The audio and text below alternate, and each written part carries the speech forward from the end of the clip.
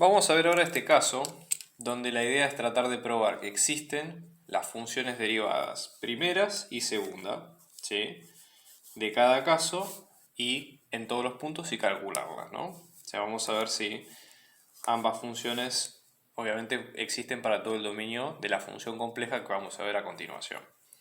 La primera función, en este caso, vamos a trabajar, va a ser 2 más i por z, ¿ok? Si ustedes se fijan, es una función lineal, es decir, en este caso la variable solamente está multiplicada por una constante, no está elevada, digamos, a ningún número, con lo cual, en este caso, si hablamos del dominio de esta función, va a ser z perteneciente al plano complejo, o sea, no tenemos ninguna restricción, cualquier punto del plano puede ser, digamos, utilizado en esta función sin inconvenientes, ¿ok? Así que esa sería la primera idea. Vamos a encontrar la primera derivada. Entonces, la primera derivada, básicamente acá se puede sacar de varias maneras. Lo que podemos hacer en primer lugar es calcular la derivada por definición o usando las reglas de derivación, ¿sí? No hay problema, ¿ok? Entonces, primero pensémoslo como una suma, ¿sí? O sea, de la derivada de esta suma vamos a tener 2 más i por z. Vamos a tener la suma de las dos derivadas, ¿sí?, la derivada en 2 más la derivada respecto del z de i por z, ¿sí? Entonces en este caso la derivada de este 2 nos va a quedar como 0, luego sacamos la constante i por fuera porque es una multiplicación por la derivada respecto de z, con lo cual esto nos queda como el número 1, ¿sí? Entonces vamos a tener que esto nos va a quedar como i por 1. Fíjense que la derivada de z nos queda la constante i, ¿sí? Y obviamente no tiene restricciones para ningún punto y nuevamente tenemos que, dado que nos queda como una constante, básicamente el dominio de esta función es para todo z perteneciente a los complejos, ¿sí? Nosotros en este caso no tenemos ningún inconveniente. Vamos a hacer lo mismo ahora para la segunda derivada. Fíjense que en este caso tenemos que derivar respecto de z la constante i, que fue el valor de la función, la primera derivada. Si es la derivada de una constante, por definición queda 0, así que nuevamente volvemos a repetir el patrón. Fíjense en este caso, el dominio de la función derivada nos va a quedar con z perteneciente a los complejos nuevamente. Vamos a ver ahora otro caso, por ejemplo, tenemos la función, en este caso que vamos a tener e a la menos x por e a la menos i por i, ¿no? Y ahora tenemos que calcular nuevamente las derivadas respecto de x y de y, ¿no? Fíjense que en este caso tenemos el z que nos queda como x más i por i, ¿ok? En este caso, una forma de pensar esto sería pensar, por ejemplo, la cuenta de la siguiente manera, ¿no?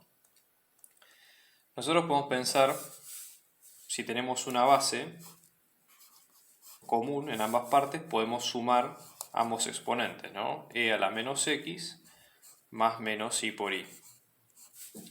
Con lo cual esto nos va a quedar como e a la menos 1 por x más i por i, ¿sí? Entonces esto nos podemos pensar como e a la menos z, ¿sí? Entonces finalmente esta función, si nos queda como e a la menos z, que otra forma de pensarlo es como decir e a la z a la menos 1, con lo cual esta función nos va a quedar como 1 sobre e a la z, ¿sí? En este sentido, ¿ok? Son dos formas distintas de pensar lo mismo, ¿ok? Entonces en este caso podríamos definir, fíjense que en este caso vamos a tener que el dominio va a ser todo z perteneciente a los complejos, ¿no?